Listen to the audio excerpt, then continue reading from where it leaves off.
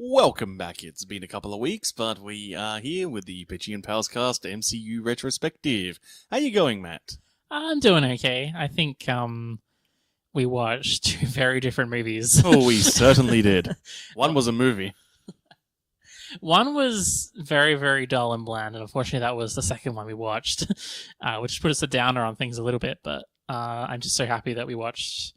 the first one we watched was as fun and as interesting and engaging as I remembered it to be. So I'm actually in a pretty good mood. Yeah, the way that I would put it is today we watched a real movie and the most movie.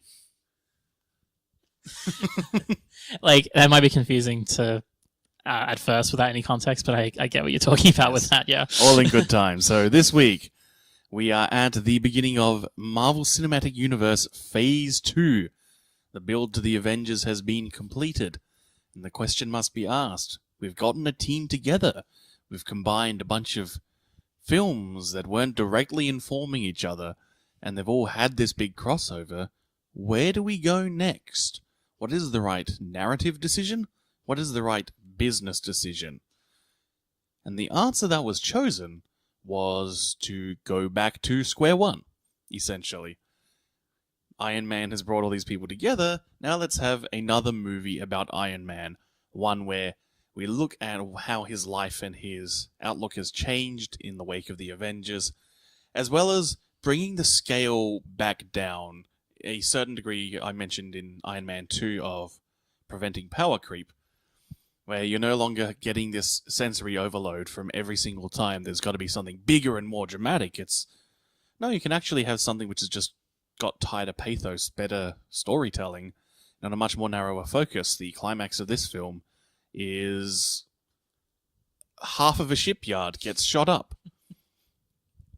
Which is still, like, there's a lot of explosions. It's just like, we're talking, like, comparatively, really, when we say it's, like, lower scale. Like, it is, like, a lot of explosions and a lot of things blowing up, but it isn't, like, the world is not at stake. Yeah, it's not the world is about to be enslaved by a Norse god who may or may not actually literally be a god, but he's got a mind control stick and a blue laser opening a portal to space where an entire army of space invaders are looking to conquer the Earth. No, it's just...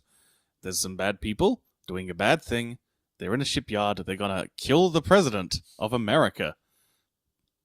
Stop that, please. That'd be nice. Maybe grow as a person in the process. Yeah, it's interesting that you say, and I think you're right in that it's the decision was to go back to square one, or at least back to how they were doing things, and we see that in both these movies, and that Iron Man continued to be quite a decent movie series, and I actually thought this is actually my favorite of the three. I'd say it's looking back on them in this close proximity, it is by far the best of those three. Yeah. So Iron Man continued to be good and actually got better, and Thor continued to be not great. It was like they both ended up just going back to who they were. Yes. In terms of movies, that is. Obviously, Stark continued to get character development, while Thor, who received no character development in the first movie, received barely any equally in the second none. one. Yeah. So, yeah. Though Thor, The Dark World is the most movie in this case, where it does things. There is a series of events played in a sequence that has been processed to be visually clear. Like, there is more movie to it than Thor 1, where you get this vague implication of something that would be a really interesting political crisis, and then you're just bumming around New Mexico not caring about anyone. This time it's that there's a bad mystical thing, a bad guy wants it, the bad guy gets it, we've got to stop that, otherwise everything explodes. So there's more of a clear-cut situation and tension, but you just don't care. The entire movie is just, how many times can we write in our notes, nothing matters, no one cares. Yeah, it's like, it's technically an improvement to one, but it's an improvement in, like, in a technical way, and you don't really feel it. There's no, like, it's like watching someone just draw something slightly better, but it's still not that great.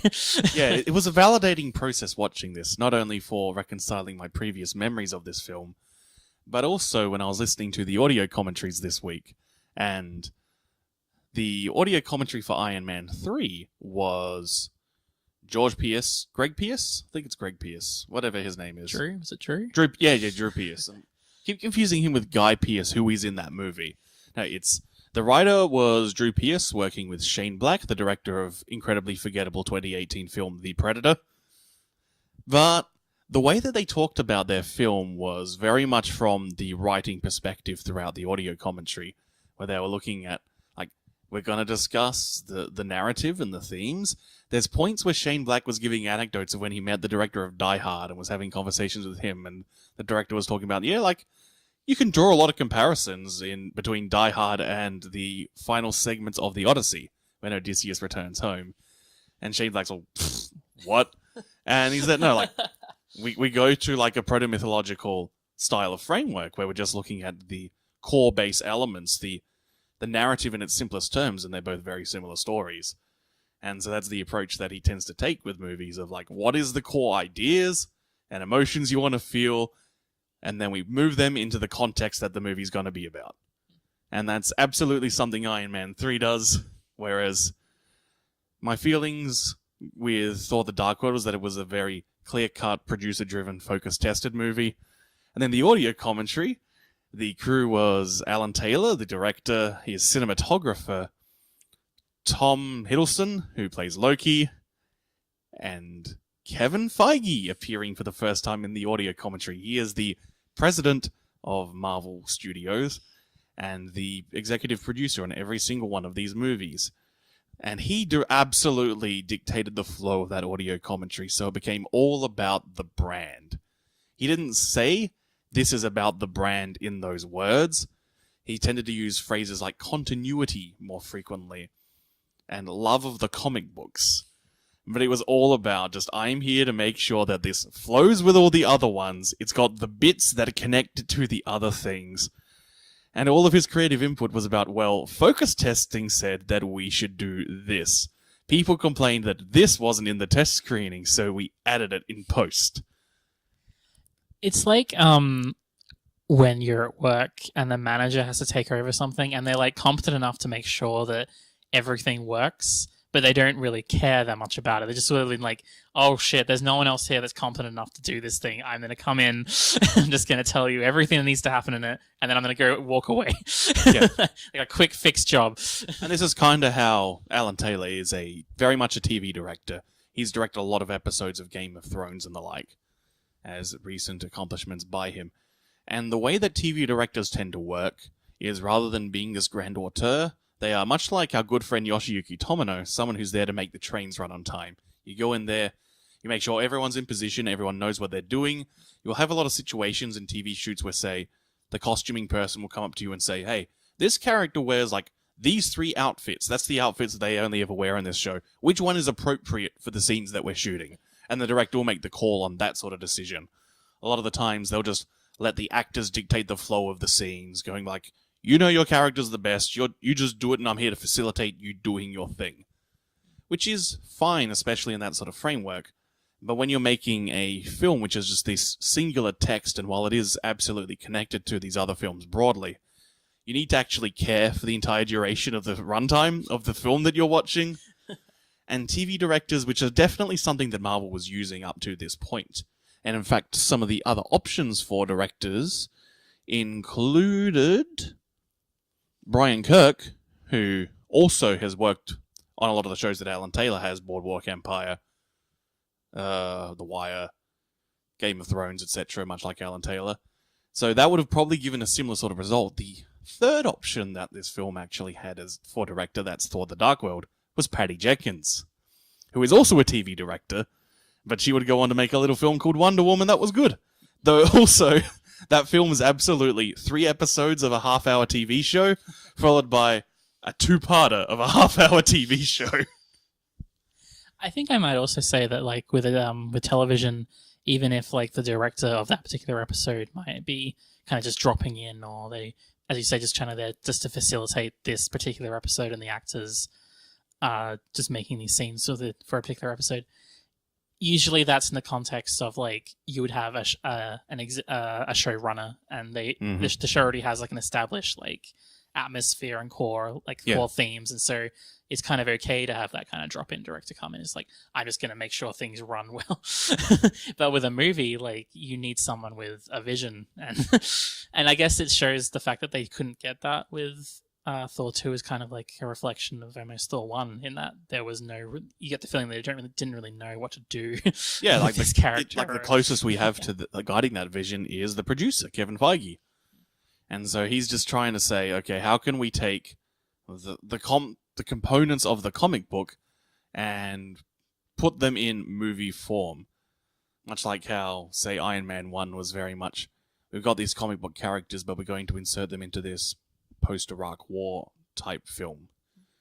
But now we're at the point where it's like, we've got these broader cosmic things where we got space gods in space, and they've got anachronistic fantasy future tech, and we don't know how to do that because we're not... All the movies that are traditionally a draw in the 21st century aren't of genres where you can easily just throw them in. You gotta look further back. You gotta look back to like an Excalibur or a Conan the Barbarian and combine that with Star Wars. And none of that's happening here. You need to take a risk with Thor to do it right. And in the end, they didn't do... in the end, it happens. Yeah, in the end, it happens. It didn't come... It's not happening in the way of like going to Excalibur and stuff like that, but what they eventually went with, what Waititi decided to do was, it is a risk, it is something different. Mm-hmm. And that is what ended up working well with these first two Thor films. It was just more paint by the numbers, and it feels that way every step of the way. So, there's a number I should look up, but shall we talk some numbers for a bit? Because I want to use this to set up the Mandarin. Actually, let's just start with the Mandarin, so maybe we should do the plots of these movies? Sure. There's a line of logic there. Numbers to Mandarin to do plot synopsis. So, Iron Man 3. Well, okay, so Iron Man 3 is the first movie that they made right after Avengers, and it's set pretty much right afterwards, where Tony Stark is kind of just recovering and is trying to work out how he should live his life post this like grand event. And he's really suffering. He's struggling with anxiety, he's struggling with sleeping, he's struggling to understand, I think, his place in the world and what he wants to do with his life in the face of this like completely new world that's opened up to him. And while he's struggling personally, both at work, at home, with his girlfriend, the terrorist called the Mandarin is on television, and he's terrorizing. He's a terrorist, and he's doing the terrorism. He's doing all the terrorism. For the record, terrorism is politically motivated violence, but generally terrorism has become shorthand for brown person with bomb, and so he's he's doing brown person with bombs here. There's random bombings occurring through various targets, particularly American military bases in places where troops are stationed, though there's a couple which just strike at random locations, such as place in Chinatown in New York. Yeah, and importantly, as well as the fact that he's apparently doing these attacks, he's also somehow able to get on TV all the time, and he's having these really dangerous and scary speeches on television. He's like he's in the public eye, this terrorist, and he's like definitely public enemy number one. And eventually, he sets off in... How to say this? Eventually, one of his bombs, and there's a mystery about how these bombs are occurring, hurt his friend, John Favreau. What's the character's name again? I cannot remember who John Favreau's character is. John Favreau's character is hurt, causing a feud, and it really does feel like a wrestling feud at the start. There are promos between these two people. Yeah, Tony Stark cuts a promo saying, "Here's my address, come get me." Yeah. The Mandarin says, "Oh, we're gonna get you." And then a former acquaintance of Tony Stark, a scientist, comes to try to tell him something at his house, and then a missile blows up his house. Lots of missiles.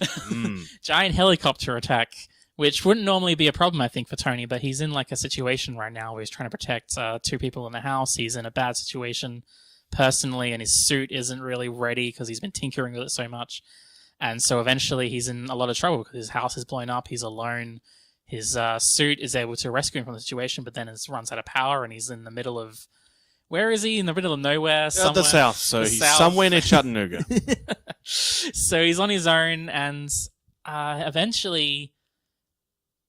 I'm trying to work out, like, because you know, we're not supposed to, like, go too deeply into the plot. The kid so helps him solve some problems, yeah. And then he works out that the Mandarin is based in Miami, infiltrates the facility in Miami, gets captured in the process, but not before discovering that the Mandarin is actually a crisis actor. Yes, I'm using that term on this show because that's what he is. He's a front who's been hired by a higher power to perform a form of terrorism as a cover-up for a private military corporation-funded think tank that has been producing some science that's going horribly wrong and making people explode. And so they're claiming that this is terrorism as a means of trying to achieve to curry political favor and encourage military investment that will then go straight into continuing to fund the think tank even as they're literally exploding. From there, Tony Stark manages... He gets captured, learns some truths, learns that Guy Pearce is the villain. The true Mandarin is Guy Pearce, as he states. He's got some dragon tattoos and everything. And then it turns out that, well, Tony Stark isn't able to apprehend anyone there, so they steal War Machine's suit and use that to capture the President of America, thanks to collaboration by the Vice President. It's all an inside job. And they take the President to a shipyard, which Tony Stark then blows up and stops the bad people. And then tell us the rest. Tony Stark then decides that his suits are a distraction. His suits aren't really helping him emotionally. And so after they've done the job they need to do to save the day, he blows them all up. And he declares himself a new man. He, in a very abrupt scene, and I think it's because the scene was enlarged for Chinese audiences later on in an interesting story. But he eventually gets his arc reactor sorted out, and he doesn't have any more stuff in his chest. He kind of like has a new lease on life, and he decides that he is Iron Man, not his suits, and that he goes off into the sunset. Really, yeah. It indicates that while he's demolished all the particular forms of distraction that he was using to avoid actually confronting any of his internal issues, there's still this very strong implication that when he needs to be Iron Man, when there's problems to be solved that actually require a robot suit for, say, a second Avengers movie, that he's absolutely open to doing that. Yeah. And I think a lot of people were... Well, that's the plot. Sorry, we should just... Yeah, that's the plot. But quickly onto that, like, I think people were a little bit confused about that. I remember seeing a lot of people were like, but he blew up all his suits. Why does he have a suit in Avengers? Like, no, it's clear that, as you say, he's perfectly able to make another suit and keep going. He's just not going to He literally put all his equipment that had survived in a trailer. Yeah. He isn't going to be spending 72 hours at a time awake in his basement tinkering with stuff he doesn't have to anymore. That's the key part. Yeah, and perhaps starting to move away from this bold, I am the one man who can make a difference, and I must be this lone gunman, sole distributor of justice who loves military intervention. Like, by this point, he isn't doing any international military intervention. In fact, it's entirely the War Machine, now called the Iron Patriot and a part of fun little branding.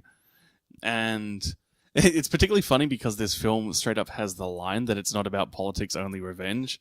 And then meanwhile, there's scenes where America is just ordering a manned mobile unit to just single-handedly invade Pakistan, which is the most America thing.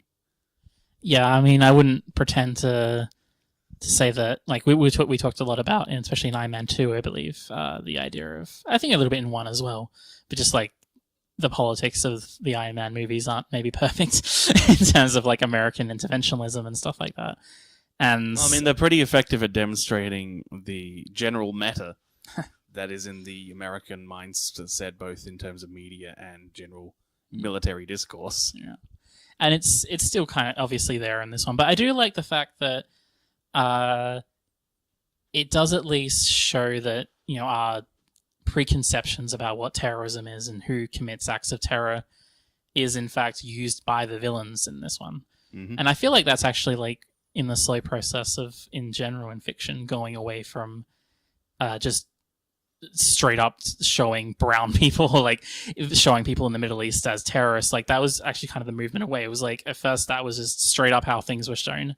And then we got into this little phase where it was always going to be, in a lot of these kind of stories, it would be, we think it's these terrorists from the Middle East, as they've always been. And then you find out later, no, it's actually the evil white guy who has him on the puppet strings. Yeah. This is like a few years after that season of 24 where they did the swerve. Yeah. Whereas you thought it's brown person, but actually it's the vice president. But there's still very much this deep state style conspiracy theories approach going on in media. Well, at the same time, this film does at least have the sense to go that, yeah, it's like privately funded think tanks, and just the desire to make more money is often what funds some of the greatest atrocities against humanity that we see all the time. Yeah. And obviously, like, as it's a fun action movie, so it's not going to be like a deep critique of it, but I like that those kind of elements are there. Yeah, by this point, there's definitely a shift to a more positive direction in the way that they're looking at America's military relationships. And I guess, because we are on the topic, I do find it really interesting that when we first started watching these movies, we talked about like how they're clearly like a post 9/11 kind of feel to them in terms of how they made the movies and like the tone of them. And I really feel like, as this is the first Phase 2 movie, that you really feel like it really is a moving on from that kind of feel.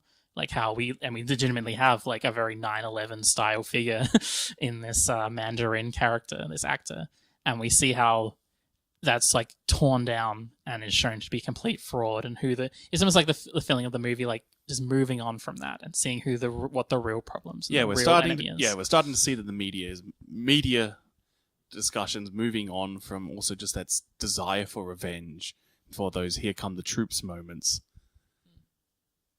And yeah, I just found that interesting to see. It was a very like, it's even though it was back to basics, it was also kind of like back to square one kind of feel. It was also like it was also feel like a little bit like a slate clear. It was like this is where we're going in this franchise from now on. And the way I see it is that it's the new status quo from the end of Joseph Campbell's Hero of 1,000 Faces, where the completion of the hero's journey is to return home, only to find that it has changed. Or that the hero has changed and must move on from that to a new status quo. And that's really what's happening here, where Tony Stark can't go back to that way that he was. He needs to do something different. And the movies, even when they're doing these tight little character-driven pieces, are still moving forward in a way that isn't the same as it was before. Artistically, these movies have been moving further away, not just from the shadow of post-September 11th stories, but visually, they're moving further and further away from that Michael Bay Transformers style. We're starting to get cleaner cuts in our shots. We're seeing more variety in the color palettes. Thor: The Dark World has this very heavy use of this oversaturated bloom with this blackish tone to a lot of the shots, particularly the scenes shot in Iceland where it's the dark world.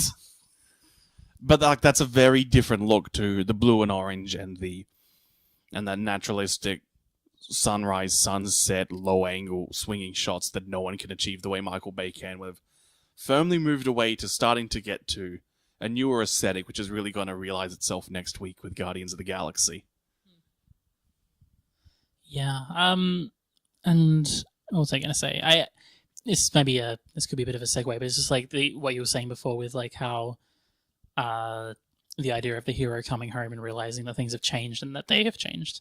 And I really felt that, segueing from that, I really liked Tony's anxiety issues in the movie. I really liked that it showed that he wasn't able just to play it completely cool after the experiences that he's had, which is kind of a brave option. Like, these are superheroes, and even in non-superhero action kind of films, we rarely show our heroes in such a vulnerable state, especially because Tony, we talked before, but like how even though he's like a nerd, he's still like that manly man character. We kind of made fun of that a little bit, like in how it's like, strong man. Those hammers. Yeah. Even that's changed now, where it's like now he's just like attaching some lightning to some gloves, and then that's gonna do it.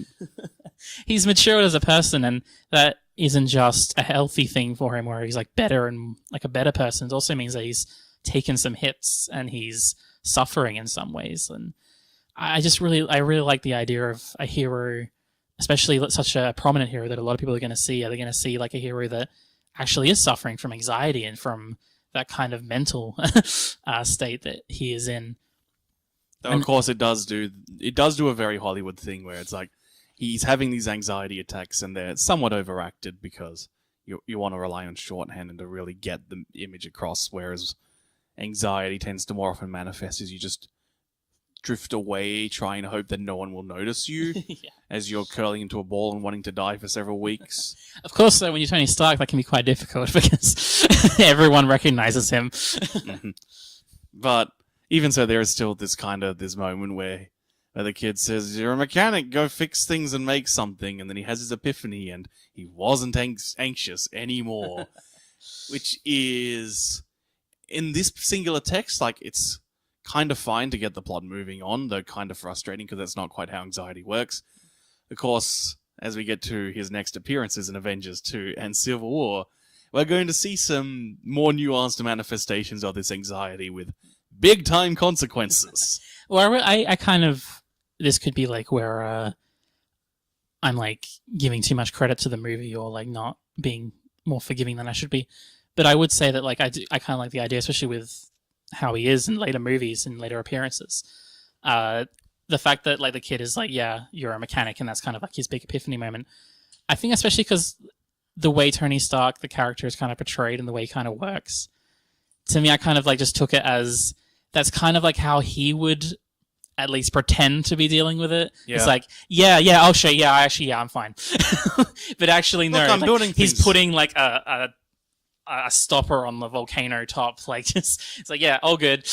He's not good at all, but I can see him at least being able to pretend for a little bit longer and playing it as cool as possible. Of course he's good. Look at all these things he's making. He's making this supercomputer. Yeah. That's totally not going to have consequences. And he's got automated drones powered by the supercomputer? Yeah. Nothing could go wrong here. It's like he's just as with Iron Man 2, in fact. He and even Iron Man 1, he learns a little bit and he gets slightly better. In fact, he gets a lot better actually as a person in this one. He makes big strides, but he still has little issues. He's still not okay, but he's in a better position to get okay at this point. Yeah. And let's see how things go. I think that's really cool, actually, like the ability to see a character going through that kind of a character arc. Like, he definitely... There's a reason why this MCU is kind of built around Tony. Certainly at this point. Yeah. And even when we got to Infinity War, like, he was still such a massive part. Despite not having any movies for such a long time, he's still such a big part of it. Yeah, this is 2013 Iron Man 3. So it's 5 years and 3 Iron Man movies within that period. And then the following 6 years here in 2019, there have been no Iron Man movies, though I would argue that Captain America 3 Civil War is Iron Man 4, at the same time as being Captain America 3. That's definitely fair. It didn't really need to be called Captain America. It could have just been called Civil War, and I don't think anyone would have really batted an eyelid at that. I think that's really just to frame it as you should be on Chris Evans' side, on Captain America's side, Steve Rogers' side, rather. Yeah, which she... Well, we'll get to that. We'll see whose side we're on. We'll get to that. I mean, the intervention question and the oversight question is very much a nuanced, difficult thing. So, the Mandarin is a character in this film, and he is a British actor with a drug addiction who's been picked up by this military-funded think tank to shoot their terrorist promos. And a lot of people weren't happy with that at the time, saying that this isn't true to this isn't faithful to the comics, and so on. Now, I think we've both indicated that we're very, very big fans of this interpretation of the character. It works with the narrative they're going for, and isn't, oh no, evil Chinaman with fire powers. Whoa! But I want to really, really crush on the wheel of logic. Wow. I should really stop doing that joke. I just want to make some refutations to this being faithful to the comics and why it's an irrelevant concept. Beyond the fact that these are obviously their own text and could do whatever the hell they want. So Iron Man 1 was a $140 million budget film. As always, when you're looking at film budgets, it's generally a safe assumption to whatever the budget is, double it, and that will factor in your distribution and marketing components. So, 140 million budget with a 582 million box office gross. So, roughly double what it would have cost to get this movie out there, which is a lot of money. Iron Man 2 cost $200 million and grossed $623.9 million. Iron Man 3, this is the first one after Avengers, which is where you have that big moment of the like highest grossing movie of all time when it came out. Iron Man 3 once again cost $200 million. It grossed $1.215 billion. This was the correct decision to make. Like, this narrowing of focus was absolutely the right call to make. Now, here we have, so Iron Man 3 premiered on April 14th, 2013, though the wider distribution was in May. So, in April 2013, Iron Man Volume 4, I think, because comic books by Marvel and DC are the worst, I think was Iron Man Volume 4, Issue 8 came out. For $3.99 a copy, it was selling 43,974 copies, grossing $175,456. The 42nd highest selling floppy, and the 31st highest gross. Top at that time was issue 19 of the current Batman run at the time, which was also a run called Batman, and also some ambiguous volume number because the comic book numbering is the worst. But of course, that's when the film didn't have its wider distribution, so it's probably fairer to look not at the 43,000, nearly 44,000 copies sold there, but we look at May. And we see here that issue 9 did have a big bump up to 78,006 copies, which was the 11th highest selling floppy and 11th highest gross. Again, $3.99 US. So that's a bump up to a whopping huge 78,000 copies, which is nothing. And then, let's see here. I've got some notes about the thing that was the best selling that month. So yeah, because it's probably not fair to say, oh, you know, it's only the 11th highest. Maybe the best-selling comic book at the time was really, really huge. No. Highest-selling thing in May 2013 was X-Men X-Men Issue 1, because they did another relaunch. This was post the Avengers vs. X-Men event, I believe. Which was really shit, by the way. Yes. And so they did an X-Men relaunch, and that sold 177,633. Though, and of course, this is after the previous reboot, where the last X-Men issue 1 was in 2010. But then we look at the June sales, and X-Men sold 73,000, so that is a 100,000 copy drop. And we look at Iron Man issue 11. Remember that previously I looked at that in May there was Iron Man issue 9? Now in June we are at Iron Man issue 11, and it's gone back down from 78,000 to 44,000. In between those two was the slightly higher selling issue 10, also released in May at 45,000. So my point with all these numbers is they are nothing. Even the highest selling thing here is nothing. We are comparing, like, at most, like, a couple $100,000 worth of gross versus $1.215 billion at the same time in the movies. So you can complain about things not being faithful to the comic, and it's fine to not like a thing if it's not similar to the thing you like. But from a business perspective, you are nothing. And from a narrative perspective, who cares? You are nothing. This is a bad argument to be making, and I really wanted to just hammer home here how utterly irrelevant any sort of comic book lore is to the Marvel Cinematic Universe as a text.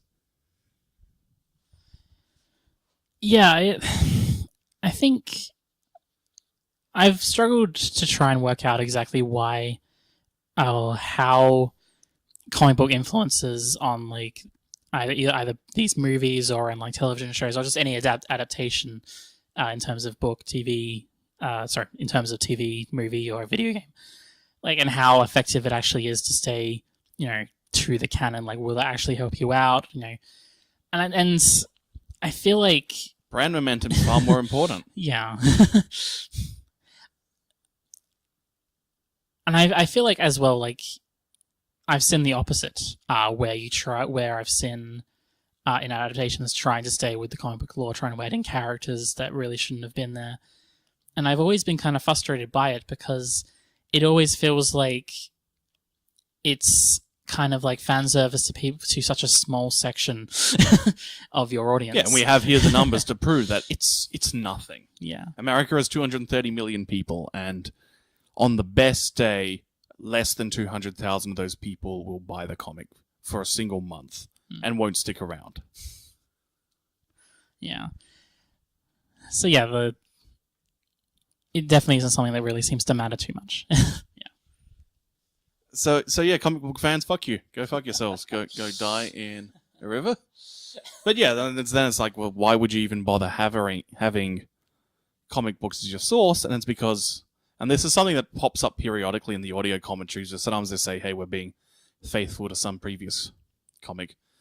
But more often, it's just the directors and the writers looking through and saying, hey, we're reading some comics and we saw a neat idea. Let's see how this will work. Or how can we integrate this into the ideas we have in our own interpretations of the characters?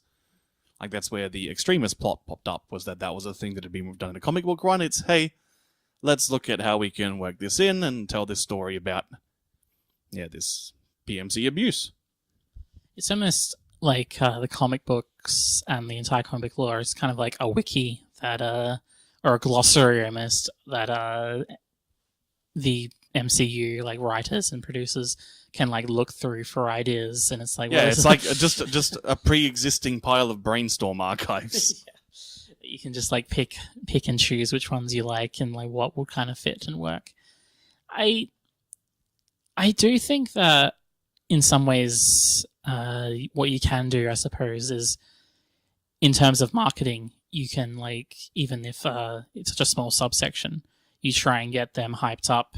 And then if they get if they get excited rather, then their excitement can kind of flow into social media, which can their value is purely as influencers, we're saying. Yeah, like, and then that's probably what, like, even though I think that was more important at around this time and in the earlier stages than it is now, because at this point, like, really post Avengers 1, it's no longer that these superhero movies are some subculture or some facet of popular culture. They are culture at this point. They're some of the highest grossing films of all time. They're seen by freaking everyone. The marketing is everywhere. You cannot escape these movies. So it's not so much like, before the Avengers, it's, hey, want to go see one of those movies that has Iron Man? After the Avengers, it's, what do you mean you haven't seen Iron Man? Yeah, they've become so ubiquitous and just so everywhere, that the whether or not a comic book fan enjoys them or likes them has become, I think, mostly irrelevant. Utterly irrelevant. Yeah. Yeah, I mean, that even goes to... I don't feel like grumping about YouTube reactionary video reviewers at this point. I'll save that for another time, maybe. I guess in some way I do have a thought on all that. I would say that because it's been shown now that if you have something so popular, if you do fairly well enough, so the MCU was doing, as we said, the MCU was doing so well, it's so ubiquitous, it's so popular, that its source origins doesn't really matter too much, and like the original fans don't matter all that much to it. That is, to me, an argument for why it's so frustrating to me that there is such a search for new brands or like new source material that you haven't quite mined yet. So much adaptation going on with Hollywood, always trying to find, a new cinematic universe from something in the past. Yeah, pre-existing. Like there's obviously the DCU. There was the attempt at the monsters. The Universal Dark Universe. Yes, the Dark Universe, and that kind of stuff, like this, and this constant attempt to like say, hey, you guys should be excited about this because it was a previous IP, and look the at M. all Night our loyal Shyamalan fans. cinematic universe. Yeah. Although at least with M. Night Shyamalan, like, at least that's as bad as I think it is anyway, like those movies, except for you don't like to be scared of mental impairment? At least they were original ideas from him. Like, I don't think they were adaptations of any kind of story. Like, I feel, and no, that they are kind of hinging on meta commentary on superhero comics, which is like Kick-Ass happened and Super happened, and then the director of Super got hired to make Guardians of the Galaxy. You're kind of a decade too late, mate. I guess what I'm just trying to say is that I wish that the lesson that could be taken here from big like movie companies is that you don't have to be mining for like going back into the vaults to try and find previous material and hoping to like bandwagon off like loyal fans and hoping that kind of snowballs into in like actual popular success. You can just come up with your own original ideas, and if they're good enough, and if they're beloved enough by the public, it will just become its own canon and its own thing. Yep, just throw some money at some kooky ideas that are floating around, and when one of them sticks, roll with it. Like the studio does when they're successful. So yeah, that's my main takeaway from looking at that. Like, it's a shame that even though in this situation we're seeing just how little it matters, these like original fans, like, they're still courted. and that's, in that way, I do feel kind of sorry for original fans in that they're kind of courted for their value as influencers and then abandoned. And it's like, that's just a consequence of the capitalist hell world that we live in. Yeah, I do want to mention here that you're touching on the value of just tossing money at decent ideas and the like, rather than purely going for adaptations. And while there were some plot elements that were picked up and used in Iron Man 3, something that was very big is early on there's a random ad-lib line by Robert Downey Jr., which is a nod to a line that he has in Kiss Kiss Bang Bang.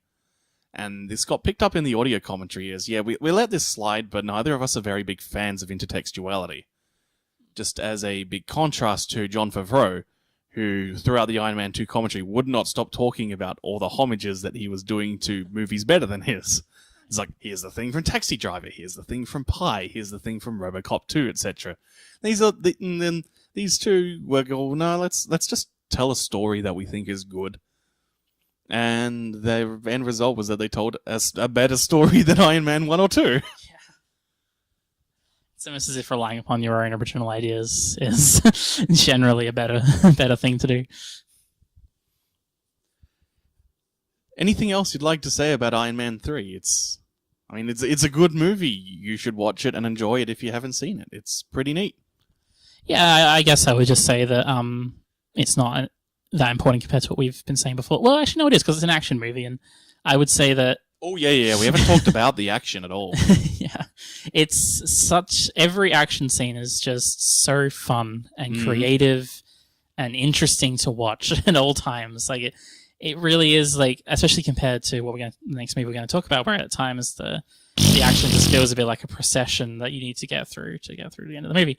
In this one, in Iron Man 3, it's like, it's always exciting. I'm always like... gripping. Yeah, I'm like, oh yeah, I remember this. As I'd seen this movie before, I was like, oh, I remember this scene. This was really fun. And it was like that with every action scene. I think there's a single piece of action in this movie that feels ho-hum, or just like, that's an action scene. It's like, going through the motions. Yeah, there's always something new going on, like, especially with a lot of the scenes Tony isn't in his suit, or his suit is malfunctioning in some way. Like, there's something he's not at his full potential. He's always having to think on the fly and having to finagle a solution. There's a moment where all he's got is a single left glove and a right foot. And he's got an Uzi, so he's trying to fly around while firing the Uzi, and of course, it's a fucking gun. It's a chamber that has explosions that launch pieces of metal at high velocities, so that's trying to fling him in a completely opposite direction to the two flight stabilizers he has. Things like that are great. Last time I spent a large time complaining about how a lot of the action scenes in the Avengers really, really felt aimless. They existed to have the characters fight, so you can see these characters fight, which is a hook, but very little of the action was in service of actual goals at any one time. Whereas every single action scene in this movie has a goal and an impetus, and it's just, we've got to do this thing, or they're trying to do a thing that we're stopping. And it's just like, everything is the process of achieving that goal. And then when it's achieved, you go, hey, that's cool. Or if it fails, you're all, oh no, what's going to happen next? It definitely shows, I think, that while not every Shane Black movie is a good movie, usually even the ones that he makes that aren't so great, the action in them is usually quite fun to watch and is engaging in some way. Yeah, something that also popped up in the commentary was that they were very heavily scripted action sequences, where when you're making action, one of the approaches that you can take is to heavily script, which these ones do, whereas just you're writing in the screenplay the spots that are going to happen, like this is going to happen, this is going to happen, this is going to happen. And when you're doing that, then you've got this really strong focus of the action is there to serve the themes and the narrative. You can also just go through just storyboarding things. So like Iron Man 2's action scenes were all very heavily storyboard and animatic driven through Genndy Tartakovsky's work. And you compare that to, say, Thor the Dark World, which tended to take the way that, say, a lot of the action in Captain America the First Avenger was done. Where you've got a lot of stunt doubles, and you've got a lot of effects crews there on the shoot, and you've got an idea of where you are and where you want to go, and you shoot a big bunch of stuff happening in between there. So, you got to go from A to B, so you shoot a bunch of things moving from A to B, and then the stunt doubles and the tech crews work together and think, hey, we've got this terrain and this sort of motion happening, so here's some ideas of what we could do. Maybe this is where we flip a car over, this is where we set off an explosion. Yeah, hey, I've got some idea, like Chris Hemsworth was saying, hey, like, we've got these cars and things, and we've got Thor being dramatic, how about we do some spots where, like, jump on a car and smash it, and things like that come up through the shoot process, which can lead to some cool, exciting creativity, but often leads to action which is action for its own sake, rather than for the plots. It's easier to get bad action movies through that method. Yeah, like, it just seems so simple to me. So obviously I'm not a movie producer or director, so perhaps a better way. But like I would just say, like, it seems so simple that planning ahead of any kind of endeavor, planning seems like better than not planning. So the first option seems just so much better. Okay, perhaps here's a better way to frame it. John Wick is very much in this style, where a lot of that is we've got A to B, we've got a bunch of doubles, we've got a lead actor who has now learned several martial arts and how to fire every gun on the planet, and come up with stuff on the fly as we shoot. And, like, that film, because it's a production crew that knows how to shoot stunt work, it's just gorgeous to watch. Just the beauty of motion throughout those fights. Crouching Tiger, Hidden Dragon, or any other good waifu movie would be another good example here, where, like, there can be this absolute joy in motion.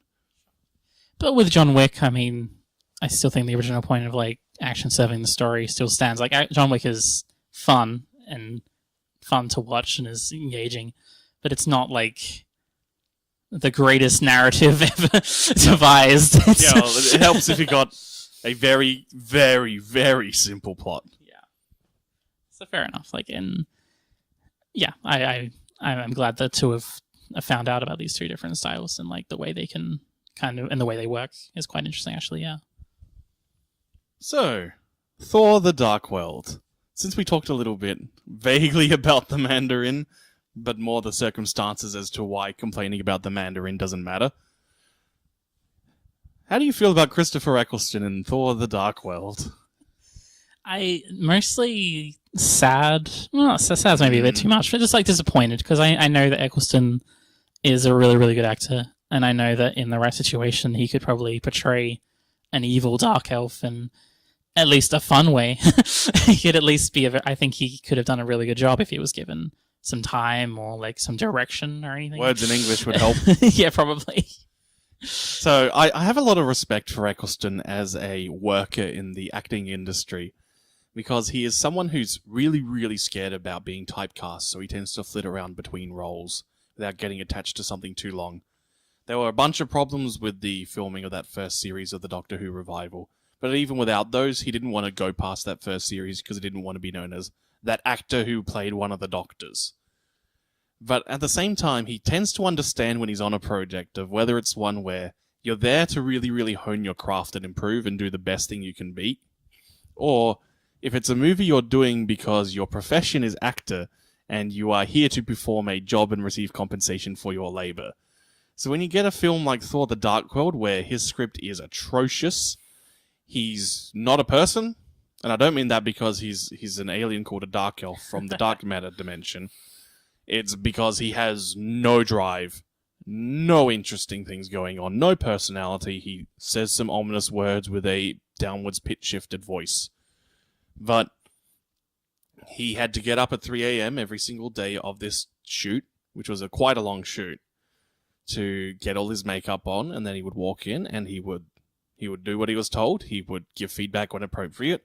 He would help people. He would get the job done without a complaint. And it's very cool that he can do that. But you can really tell the ones where he's there to get paid and the ones where he really wants to get going.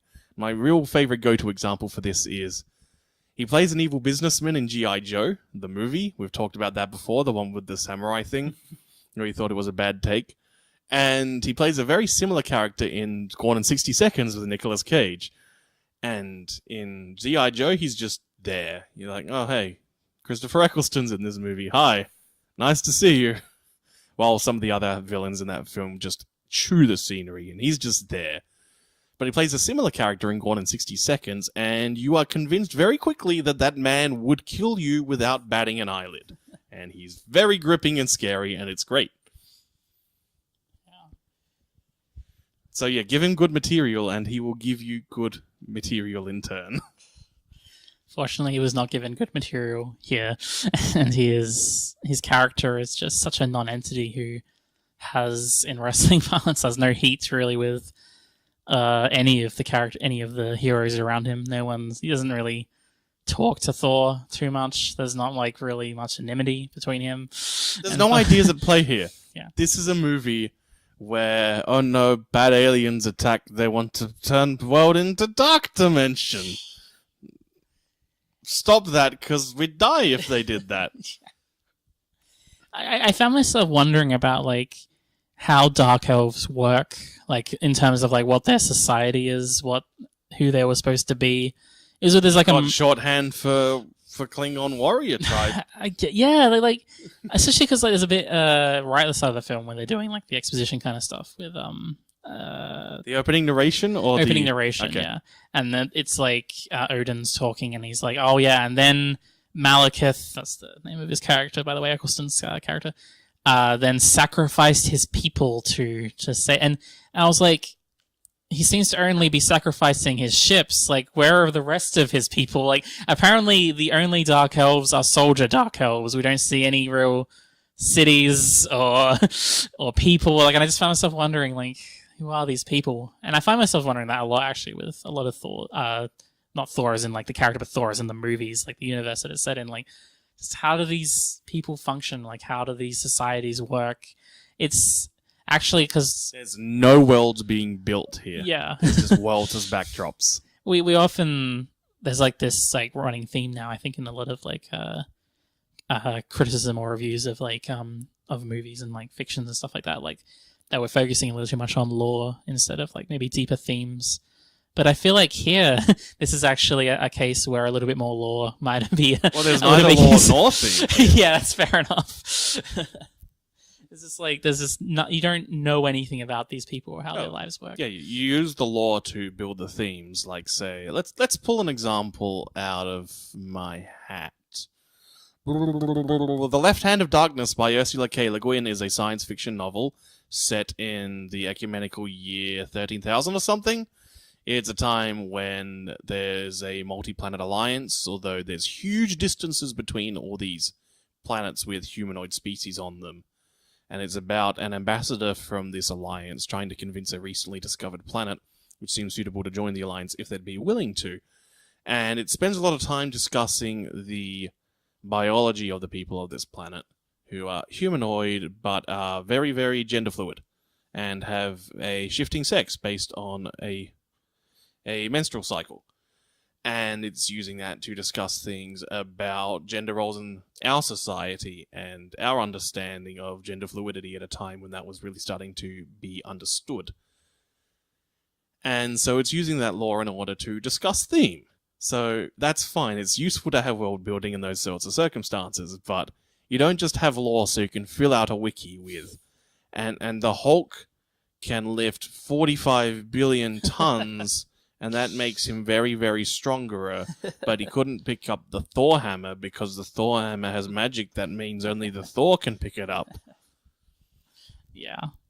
Yeah, in terms of this movie, like as you saying, like there's no world and there's no theme to derive from it either. So there's no like... Well, there is a theme that I'd like to get to now. Okay. And it's very much aided by the existence of Thor Ragnarok and Black Panther, and how now that those films exist, they then retroactively provide readings for the rest of the text, because something that's easy to do is to say, oh, that movie's bad. Like, you see a bad movie in a series, and it's like, yeah, that movie's bad. And you can just go, yeah, that's bad, so we'll disregard everything it says. But something that you can do when you've got other material in that setting, which provides context, is you can then use that context to then read what's going on here. And this film really, really, really reads like a propaganda film. Yeah. Like, because we know from Thor Ragnarok that, yeah, Odin was a very strong instigator of colonial violence, who went around pillaging the Nine Realms, taking everything that he could, exploiting their wealth, using it to build up his own, and they're not really redistributing it or doing anything. Like, he claims to be peaceful and reformed now, but still, we see in this film that he's just proudly sending his troops out to secure the Nine Realms, because a brief period where Asgard couldn't teleport means suddenly there's looters and brigands about, which probably just means that the other states, having seen the horribly botched political circumstances at the start of Thor, where they're just really, really poorly handling this fractured alliance, it can be understandable for other states to be critical of the ruling power of Asgard at this point and wanting to assert their own authority, or possibly even just, like, establish their own governments. We don't know, but certainly when Odin, the conquering man, is the only one in this film saying, yes, good, we've got to stop all those brigands and maintain our security, in a film where you don't know anything about the aliens. They say they want to get the dark matter planet back and get their home planet back and do the ritual with their blood darkness crystals. But, like, they're so faceless, like, literally faceless. Most of them wear masks that obscure even their eyes, just these hollow eyes and mouths. So you got this literally faceless enemy with no real motivation or empathy being distributed, and it's like, yeah, this is a propaganda film by Asgard right here, justifying their might over the Nine Realms. Yeah, it's one of those things where the only, like, pleasure you can derive from this movie is, like, wow, like, Waititi really had something going on when he decided that colonialism was going to be, like, a core theme of his Thor Ragnarok film. And, like, whatever the situation was with the Nine Realms that weren't, like, the other realms that weren't Asgard, it's difficult to trust what Odin is saying. Like, whatever the reason for violence and whatever was going on with him, just trusting Odin's, like, word on it seems like a bad idea at this point. Especially when all those other planets that we've seen so far have things like laser guns and bazookas and sticks that make shotgun sounds when cocked. There's a lot of anachronism in the early fight scenes of this movie, establishing that Thor's on the other planets, in finger quotes here, liberating them.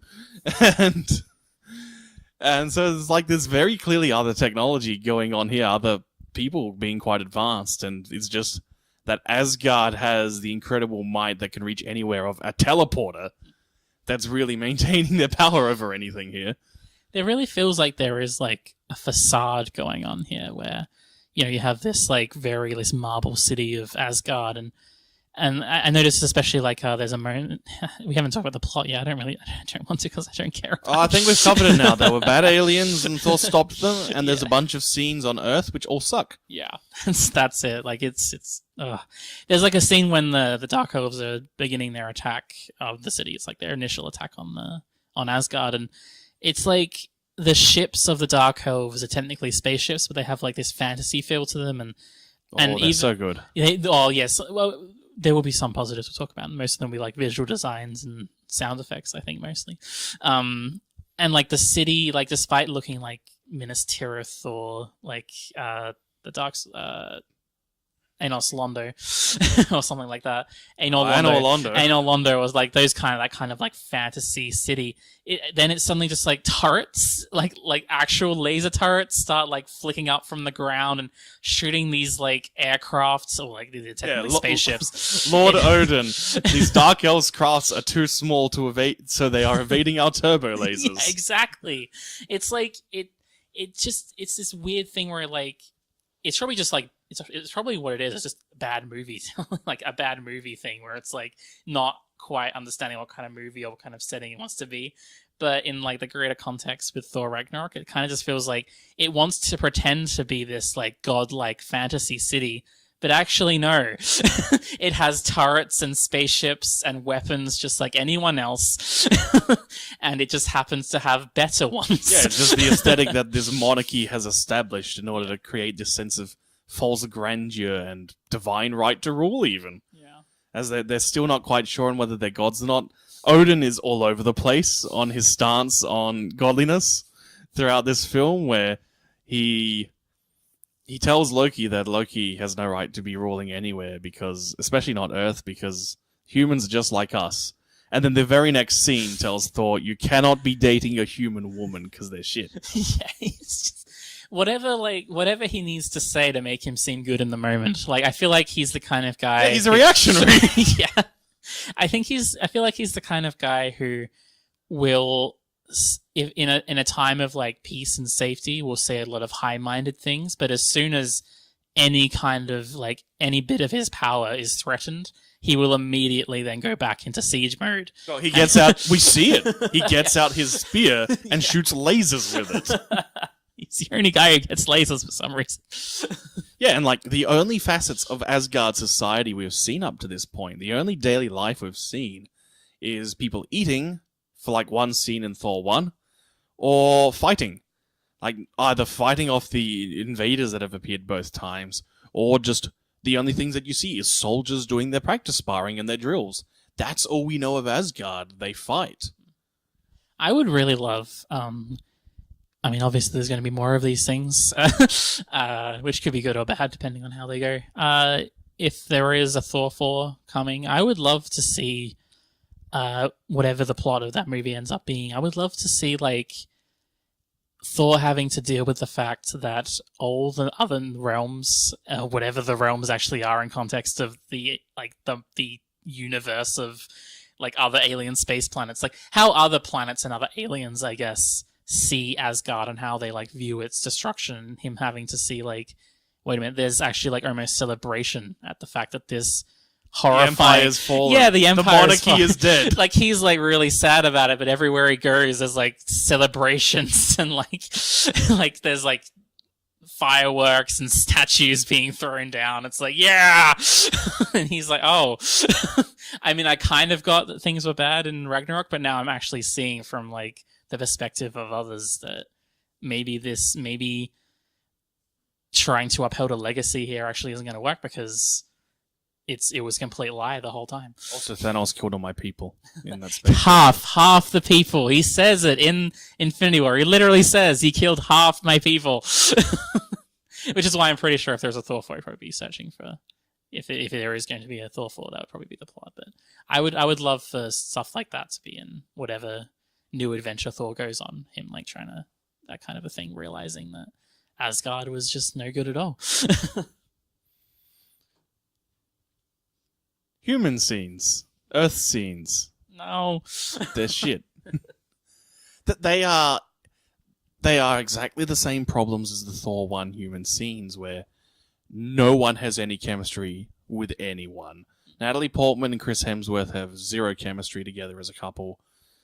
Natalie Portman's friend, who's an actress who I can't remember, but she's there to be the funny, dumb one who walks in and says, I don't understand any of this. I'm going to throw a shoe at the portal and see what happens. None of those jokes land. The man scientist who they were with, Eric von something. Selvig. Eric Selvig. He has become a crazy person after Loki got in his brain in the Avengers. So now he does things like be naked at Stonehenge and not wear pants while he's working. Isn't that hilarious?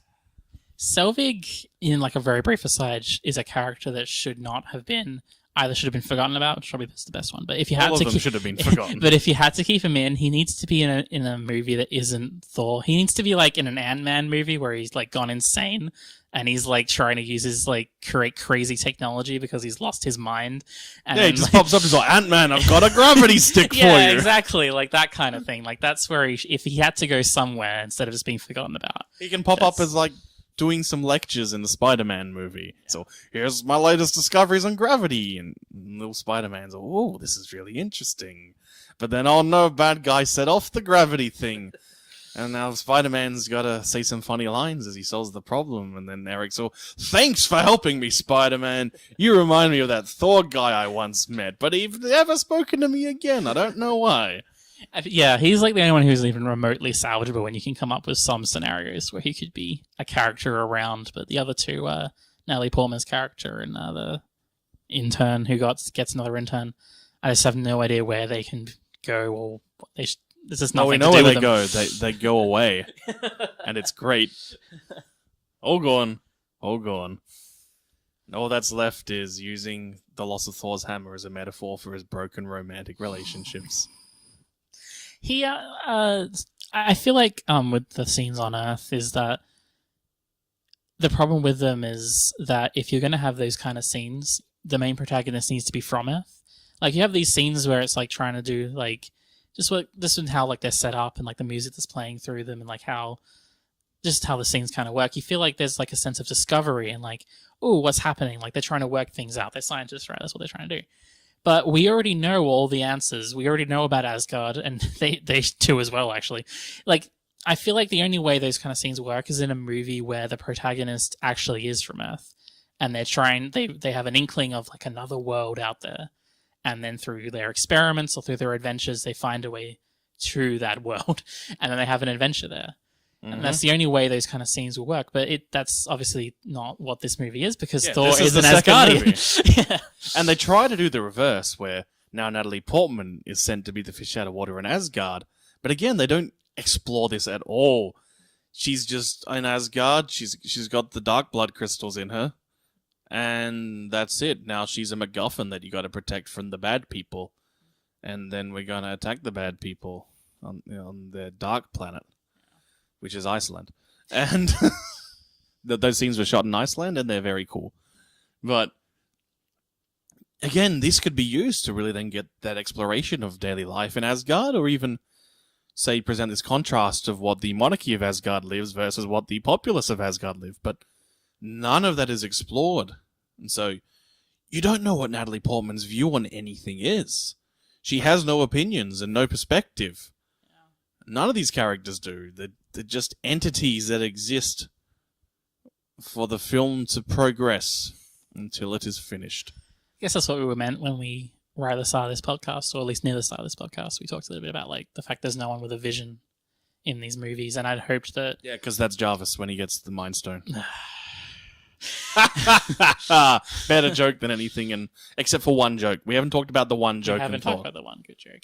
Okay, the one. Just talk about, yeah, the one good joke is Thor has busted out Loki, who's been in prison. The prison is very cool. That's a very nice set. There's a lot of really nice design work in the Dark World that's horribly wasted. Spaceships that look like daggers. And I don't mean like, hey, it's this symmetrical shape. No, it's asymmetrical. Like, it is a dagger on a hilt pointing upwards, and it's awesome. Those ships look amazing. Yeah, they're great. And anyway, so Thor busts out Loki because they've got a plan to sneak out of Asgard that's in lockdown, because that's what Odin does the second he sees as a security risk, and instead of helping anyone. And then... You're a piece of shit, Odin. And then Loki's having a conversation working out what disguises to use, and he's ribbing Thor and what is the closest they've had to chemistry at this point. And he's switching between a bunch of disguises, and then he decides to say, well, perhaps you'd be more comfortable with one of your new friends. And he turns into Chris Evans, and it's Chris Evans in the Captain America costume from Avengers 1. And the context for this is, when they were preparing for the scene, Tom,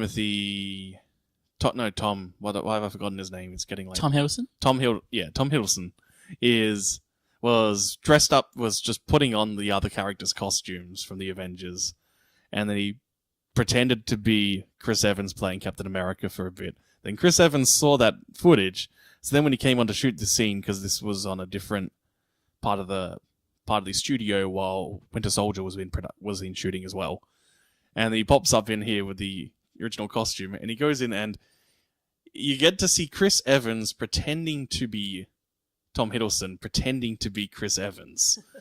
And so there's this like 5-second stretch of Chris Evans just being an incredibly funny parody of himself.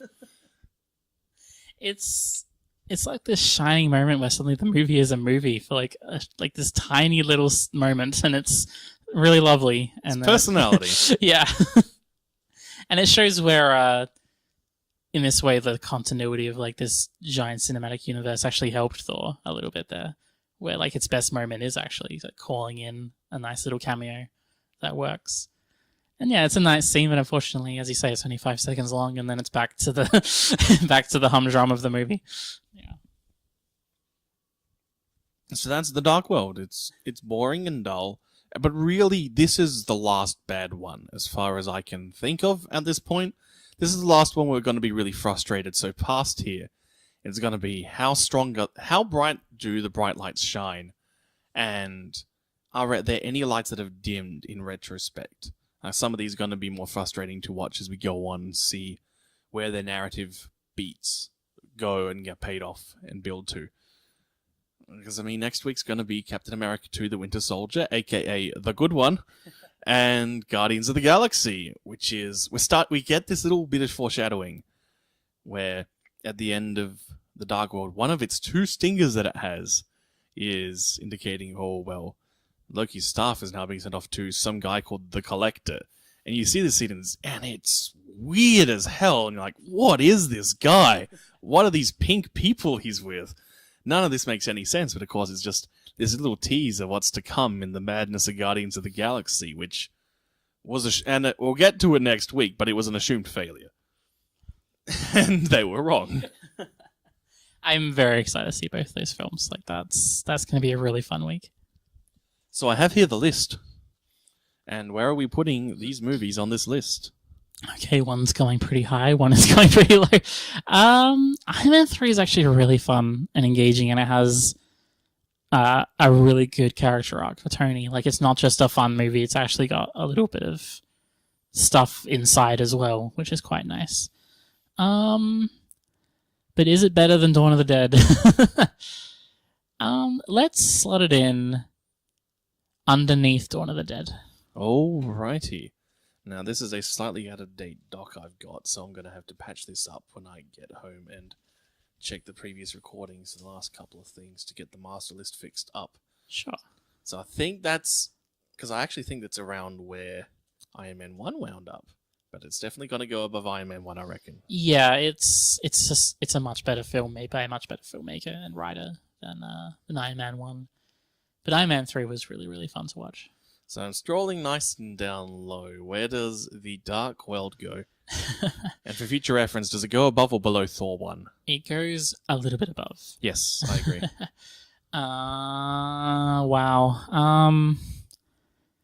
I really wish I remember where I put Thor, because I would probably just put it up, like 1 above Thor. No, we can do that when I go verify the lists. Yeah, that's wherever I put Thor is where...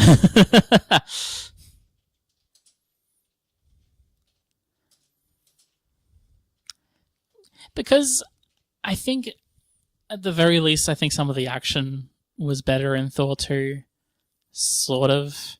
And I really like the spaceship designs in Thor 2, and just like the design of the Dark Elves. There was like a lot of things visually that looked really great in Thor 2. And as well as the sound effects too. I love the little pew-pew of the Dark Elves. I'm really digging deep right now for things I liked. But like, there was some things. We've gone 75 minutes. I think we'll be okay. Yeah. Any other final thoughts on tonight? No, not really. Just like that I'm really happy that Iron Man 3 stood up and was as good as I remembered it. And yeah, it means I'm in a good mood. When it happens. Yeah, and I'm in a really good mood for the upcoming podcast, I think. I think they should be really fun. Yeah, next week should be... If you want to hear us being excited and happy about mainstream entertainment products that exist to make billions of dollars, next week will be the week to do that. So we'll see you then. Thanks for listening. Bye.